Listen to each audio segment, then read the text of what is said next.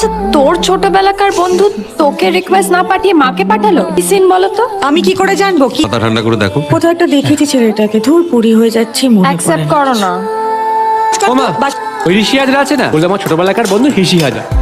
এই দেখো আমাকেও সকালে ফেসবুক আবার একটা মেসেজও করেছে, নিজের নাম্বারটাও দিয়েছে। আমি কিন্তু তোমার ওই ফ্রেন্ড রিকোয়েস্ট অ্যাকসেপ্টও করে নিয়েছি। কেন করলি? আরে ওর ওই নাগপুরে থাকার ব্যাপারটা মিথ্যে কথা।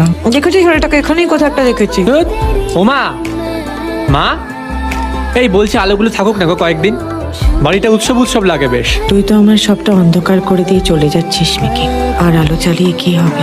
আচ্ছা মা, তোমরাও তো পেইং গেস্ট খুঁজছিলে তাই না? আমার বন্ধু ঋষি ও তো কলকাতায় আসছে কি একটা কোর্স করতে, আমি যেদিন যাবো তার পরদিনই আসছে। আমাকে বললো ফোন করে ওর থাকার জন্য। ছেলেটা এই বাড়িতে থাকবে? ও মাই গড।